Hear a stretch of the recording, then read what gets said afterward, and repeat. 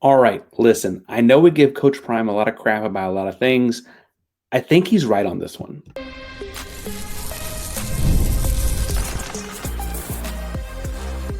You are Locked On Cougs, your daily podcast on the Houston Cougars, part of the Locked On Podcast Network, your team every day.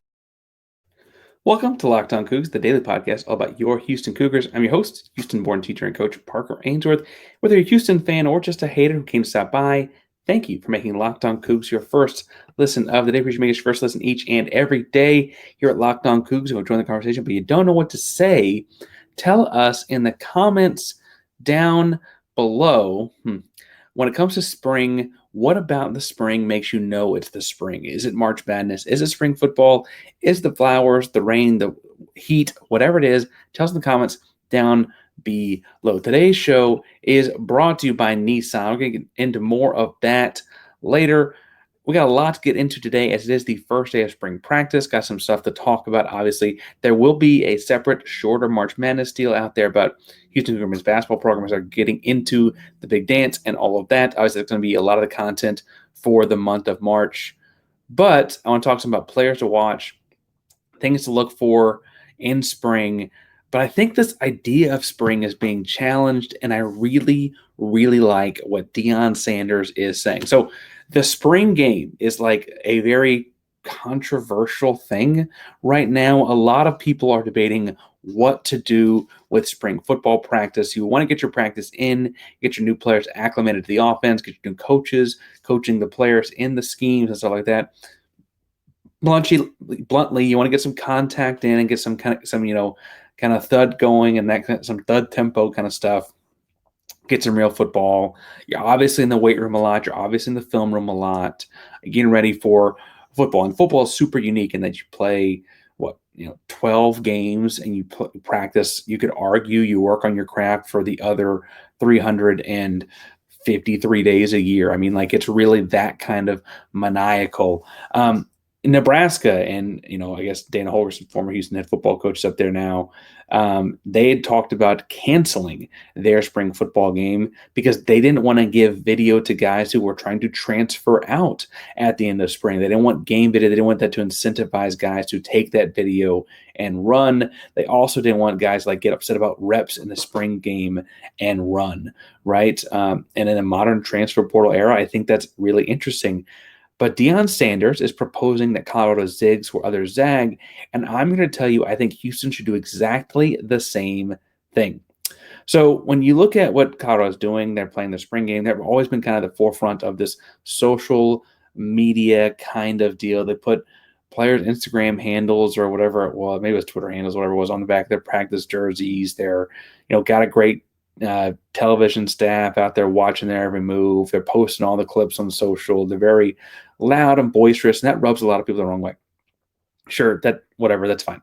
The thing that he proposed on Monday that I think is really interesting and that programs need to look into is, instead of playing against themselves at the end of spring practice, he proposed someone come to Boulder, Colorado. They practice together for a few days and play each other, akin to an NFL-style model where instead of having preseason games, you have preseason practices and then have a preseason game a few days later against one another, right? I've talked ad nauseum about how your first couple games out the gate in the fall functionally feel like you're getting in your NFL preseason games and getting those kinds of reps in. And Houston has not had an FCS opponent in a couple of years to do that with. We're going to get to that thought in a second, right? Because why that interests me is because it feels like it's a chance to get authentic, real reps. It's no longer Houston versus Houston in this instance.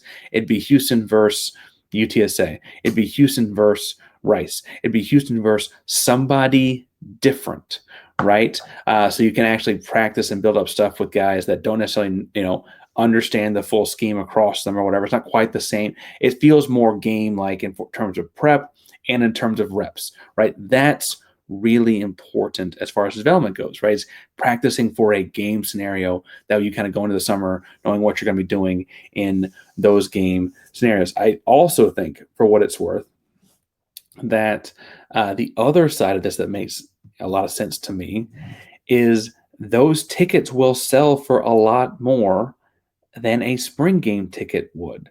Now, Houston's typically let the gates open, let people come to spring game, but you could sell a ticket to a spring game if you're playing someone else in a different kind of way. You also, for its worth, and Houston hosting a game could pull in revenue from having someone else come out to watch it at the University of Houston. You pull in some of their, fan base and whatever, they're going to come pay the gate as well. And in a time and era of college sports where it feels like we're constantly talking about how to get more money in revenues, because you're going to have to pay some of that revenue, some of millions of dollars of that revenue back out to your athletes. This feels like a way to gain a lot of revenue. And here's the thing. I know we give Coach Prime a lot of crap when we think he's wrong. I'm not sitting here saying I'm going to prop him up every time he's right, but this is one time I think he is. And I think it's a way that really benefits Houston. I don't think I'm alone. He's already had responses in public ways on social media from like the guys at Syracuse and stuff like that. And I think that means this is an idea that could really catch in a big picture sense. It's not going to happen by the end of the spring. That's a lot of logistics to figure out. But I do think it's the kind of thing that would make it much more worthwhile. Plus, you get a few days of practicing good versus good against someone else's good, right? I think that's the practice days leading up to that in an NFL sense are really valuable. When you talk to NFL coaches and the guys in the NFL locker rooms, stuff like that, those practices are sometimes more valuable than the actual preseason game. I think you'd get that out of this as well. That's really good work. You could even do something about like, hey, we're in the Big 12. We'll pull in a non-Big 12 team, but that runs the same kind of defensive scheme that we know, an Iowa State does or a BYU does or someone you're going to see down the line you want to get ready for. If you play against a particularly unique offense or defense in your conference, you might want to get ready for them. If you got a big game in the non-conference portion of your year and you want to have some extra eyes on what you look like against a triple option or something. I mean, pulling things out of the air in that sense, but I think that makes a lot of sense. Here's the other thing. And I will say, admittedly, I was texting in the Big 12 group chat for Locked On hosts, and Jake Hatch brought this up, so I might be stealing this from him. Okay, I'm definitely stealing this from him, but I think it's a really good idea, and so I want to run with it a little bit. This should be the buy game, B-U-Y, buy game for a Power 4 program. Instead of lining up and playing FCS school out the gate, Power 4 game, FCS school a week later, right? This should be one of those FCS kind of games. And frankly, if you can find the dollars and cents to where you're going to pull more money in than you spend paying the school, right? You still want to have a positive revenue circuit on that. I say you treat it like a true buy game and make it worth their while to come play you as well. And I think that's when you can start finding, again, places and people that will fit something like a scheme you'll see down the line in conference play. For instance, Houston this upcoming season will be playing SFA opening week of the season. There's no reason you couldn't play that game in April. Right? Just honestly, Houston's got to play 15 practices starting today over the next month-ish. I think it's technically 34 days they're allowed to have their 15 practices fit into. Why not have the last 3 and scrimmage be with SFA? They're not super far away. It's not like they're coming across the country or anything like that. You could theoretically have someone come from across the country, but you can make it a big deal for both schools. If you want to make it a bigger deal, you could pull in I don't know. You could pull in the Tulanes of the world. You could pull in maybe even talk to a Rice about doing something in town where there's no travel necessary, right? Something like that. Something more local. Maybe you get the UTSA. Maybe you get the UT El Paso to come across state, right? I think when you're Houston, you can also sell this to other schools as a chance for them to come to Houston because they're all going to be recruiting Houston anyway. Chance for them to have people at the game. I think that all that is to say, right? There are a lot of ways to spin this idea that Prime just kind of tweeted out there, right? Deion Sanders just kind of put it out there in the open and said, I'm willing to have people come to Boulder to play us. And I think he's onto something here that's a real way to push the game forward and different, makes it a little bit different than pro football, frankly, because you get a game worth watching in the spring. Pro football's biggest spring thing right now is the NFL draft, right? Maybe you could argue the combine, that kind of feels wintry as well, but sure, right? Back to that question of the day about what means spring has started. I just feel like if you told me and told fans, hey, we're going to have a couple practices and a scrimmage with Stephen F. Austin. The quarterbacks are going to be, no hit them, but everyone else is going to feel like it's live. Here's the date. Here's the time. Tickets are cheap but not free. I think people would show up to that, especially when thinking about like the new coordinators coming in for Houston and the new players. I mean, Conner Weigman, we'll talk about it later in this episode, right? I think this would be a great selling point to get to see that, as opposed to your traditional red and white scrimmage where it feels very much like a no one's getting hit kind of tempo. I think it slows things up and changes things up a little bit. I want to talk about what else I'm looking for this spring because that idea feels very futuristic, but I do think it's worth mentioning. Before we get too far into the future, today's show is brought to you, as we mentioned, by Nissan. Our buddies over at Nissan are giving us a team of the week, brought to you by Nissan and the 2025 Nissan Armada. Each week, Locked On College Basketball experts are picking one team that stands apart from top-seeded stars to the unexpected upsets. These guys showcase strength and sheer power needed to push their team forward. Again, I only get one vote. Don't get mad at me. This week's Armada team and clear-cut team of the week is the Florida Gators. The Gators, led by Walter Clayton, 17 points a game, just dominated the SEC tournament, winning each game by at least 9 points. Not only did Florida grab the fourth number one seed, but they're the nation's most efficient offense. When it comes to the Nissan Armada, they say go forth and conquer. That's exactly what the Florida Gators have done here. It's clear that our team of the week is out here ready to conquer the road ahead with confidence, just like you in the all-new Nissan Armada or any of the Nissan's outstanding vehicles. Take the Nissan Armada Rogue, Pathfinder, or Armada Rogue, Pathfinder. A bunch of options, a lot of good cars here. Go find your next big adventure. Shop NissanUSA.com. Today's show is also brought to you by our buddies over at Fabric. Now, life moves fast, especially when you have a family. One day you're watching your kids take their first steps, and before you know it, they're off to college. That's why securing their future is so important. Fabric by Gerber Life makes it simple to get term life insurance that fits your family's needs. With Fabric, you can apply for term life insurance online right from your couch. You could be covered under 10 minutes, and in many cases, no health exam is required. Fabric also offers free digital wills and access to investment accounts to help you plan for your child's future. Join the thousands of parents who trust Fabric to help them protect their families. Apply today in just minutes at meetfabric.com/lockedoncollege. That's fabric.com/lockedoncollege. Policies issued by Western Southern Life Assurance Company, not available in certain states. Prices subject to underwriting and health questions. Programs are Locked On Coogs here, talking about spring practice starting today, and I got some things to watch for here in a much more traditional spring game sense. I understand the first segment talking about a lot about an optimistic future and things that could come down the line here. But when I look at this spring, again, you got 15 practices starting today over the next 34 days, or just over a month. And I feel like a lot of the questions about this team are going to be about the offense, both because the offense was the being let down a year ago, top 30 defense in the country, and they were on the field most of the game. I felt like you won every game you scored more than 2 touchdowns in. Just really, really looking for some way to put up points this season. And honestly, bring in Slade Nagle, a talented offensive coordinator, had some success at Tulane. I guess he was officially the play caller in 2023, although when you read stuff about when he got to LSU was under the assumption he had actually kind of taken over play calling duties in all intents and purposes in 2022. All kinds of new tools along the offense as well.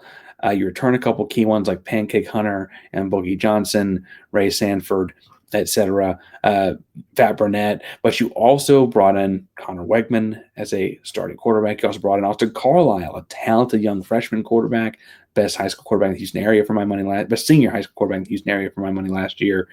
You bring in a bunch of transfers at offensive line, a bunch of receivers, and you're kind of you lose Joseph Manjack, so that's like obviously got to replace him somehow. You're trying to figure out what this offense will look like. Now, I think the offense he ran at Tulane would actually work when you factor in what they did with Tajay Spears and the quarterback position. They had a couple of quarterbacks come through actually in 2023, but you have a lot of things in that offense that I think fit what Houston's roster will look like. I think that's honestly kind of part of the reason this seems to work on paper to me. Seems the kind of guy that can make that fit this scheme or make these roster fit that scheme pretty well. More than 50% run, but certainly not opposed to passing the ball and stuff like that. I also think that will make the pass game easier for Conner as he's recovering off this injury and stuff like that. And we'll see how much they put on him. But honestly, in every availability since he signed up with Houston, Nagle has commented that the goal is going to be to make the offense fit the personnel. There's a lot of personnel in the offense we haven't seen in a Houston Cougar uniform before. So I can't even necessarily tell you what the best offense for that personnel is because we haven't seen these puzzle pieces put together at all, let alone under the guidance of Slade Nagle. So how those things play together is going to be interesting. When they go out their first offensive sets, it's things as simple as what's the tight end and receiver count? Are they in 11 personnel, 12 personnel, 10 personnel? What are they doing? I think those things will be interesting. I imagine, if I'm being honest, you see a lot of 11 and 12 personnel. I guess that 12 and the 12 personnel may be more of a fullback, H-back kind of guy, kind of rotates in and out of the backfield. I also think you see a lot of speed out there at receiver, which means you're hoping for, short completions for long gains, taking advantage of Conner's decision-making. I imagine that's what we're going to see, but I'm open to seeing whatever it is, and we'll see it as it unfolds. Obviously, March Madness is a time devoted to a lot of Houston Cougar basketball, but spring practice is going to be kind of our first insight as to what that's going to look like. And that's really exciting, especially again for a team that last year, had they just scored points, could have won a whole lot more football games, right? Similarly, as good as last year's defense was, Shieldwood was famously somewhat stolen away overnight, it felt like, by Texas Tech. And so he's a career climber or whatever, yada, yada, yada. Not that I think that's a climbing step, but that's a whole separate issue. Houston brings in Austin Armstrong as defensive coordinator. Austin Armstrong has been at Georgia. He's been at Southern Miss. He spent some time under some really tremendous Hall of Fame caliber head coaches, a little bit of time under Saban, a little time under Kirby Smart, like a lot of great coaches in trees could tie Austin Armstrong to them. But one thing that's interesting about his defense is he's kind of got to be known, and I don't mean this like in a negative way by any stretch, he's kind of got to be known as a nerdy guy because his defense is so complex. Now, what's interesting about like talking to the Locked On Florida guy, Brandon, we're actually doing something for the March Madness stuff, but talking to him about Austin Armstrong because obviously there's the connection there, and he asked how things are going. Anyway, it's interesting because Brandon's take on it is like he's a nerd, but he's also the kind of like classic traditional defensive football coach that has a very loud voice and speaks at a very high volume very, very often with his football team, to say the very least, right? And so like how those things come together, right? Do the nerdiness of the complexity of the defense, or does the attitude and culture shift? Like where does that shift happen in the program?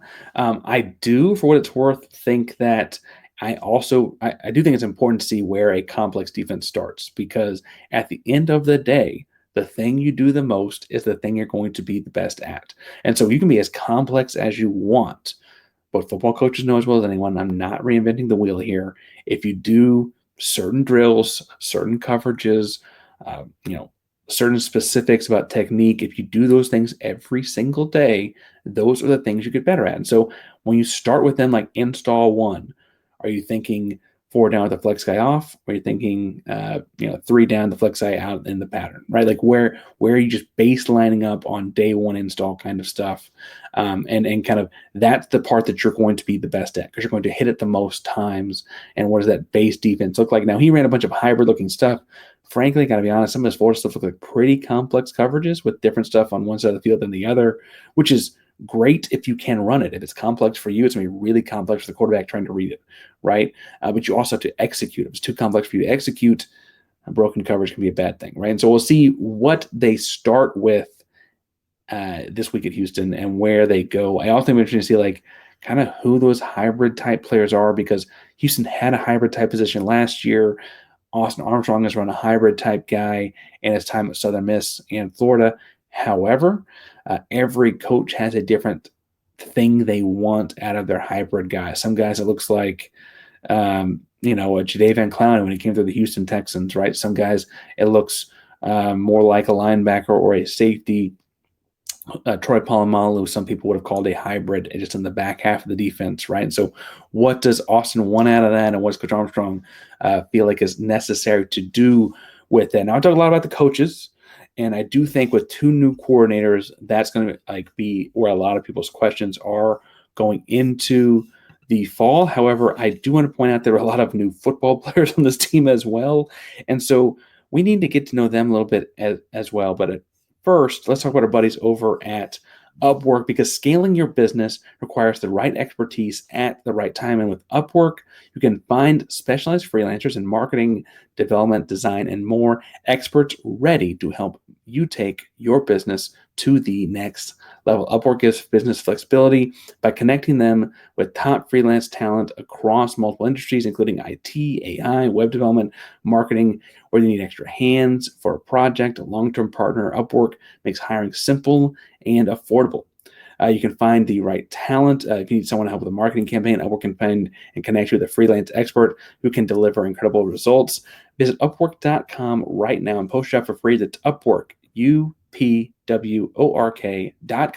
Upwork.com, to connect to the top talent and grow your business today.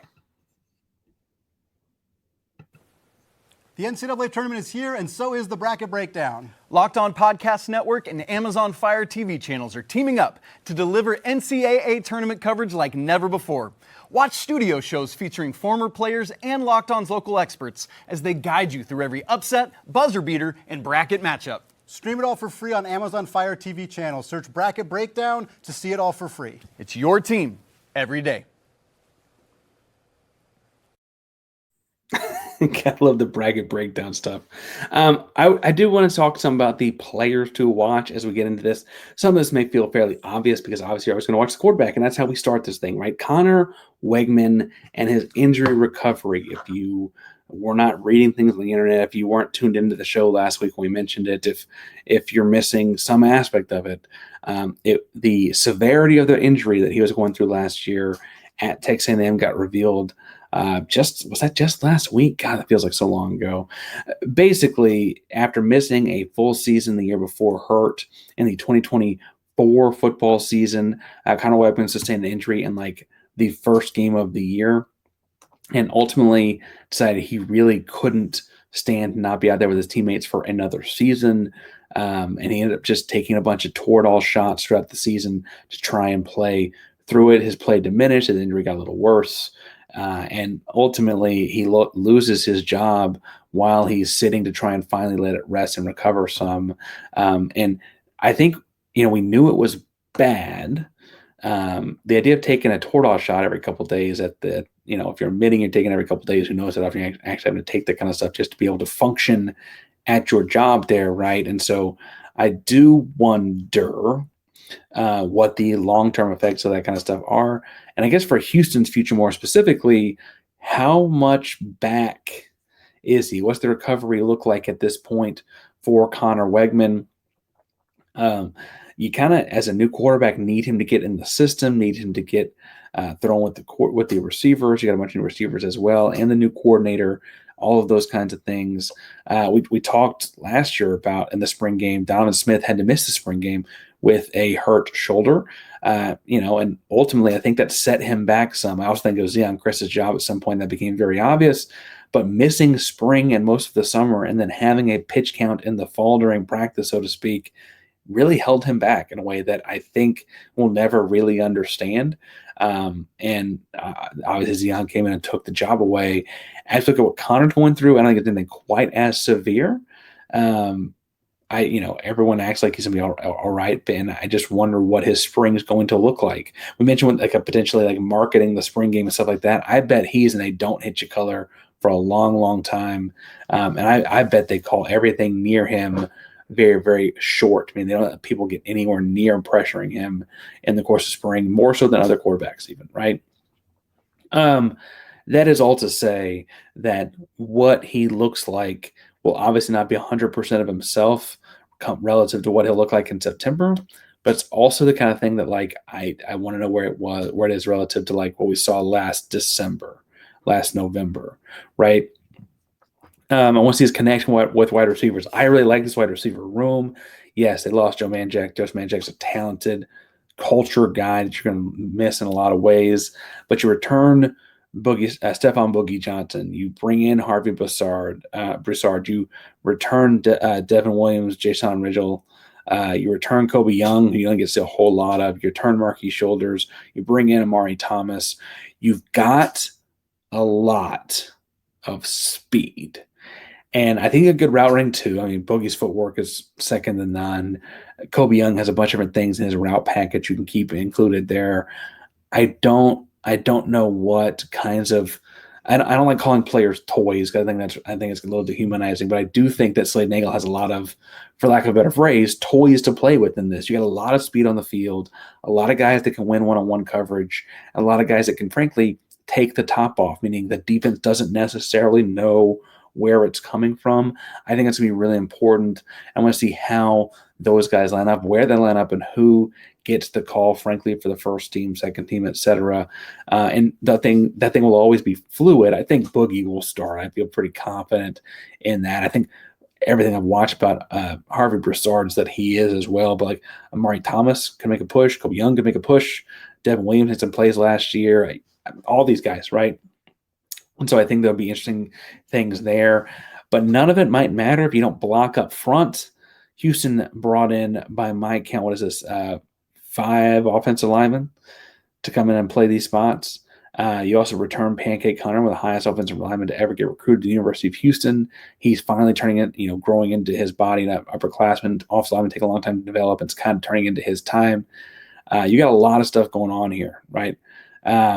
You add Matthew Wyckoff, Jason Brooks, Dalton Merriman, Alvin Baselli have all started in Power 4 conferences before with pretty decent success across the board, right? And so it's okay, well, what are they going to do? Now, they also are not perfect football players. There's a reason they left where they were at. I think Wyckoff mostly left to come home, but he left A&M for a reason too, right? Like, these guys have things they need to continue to work on.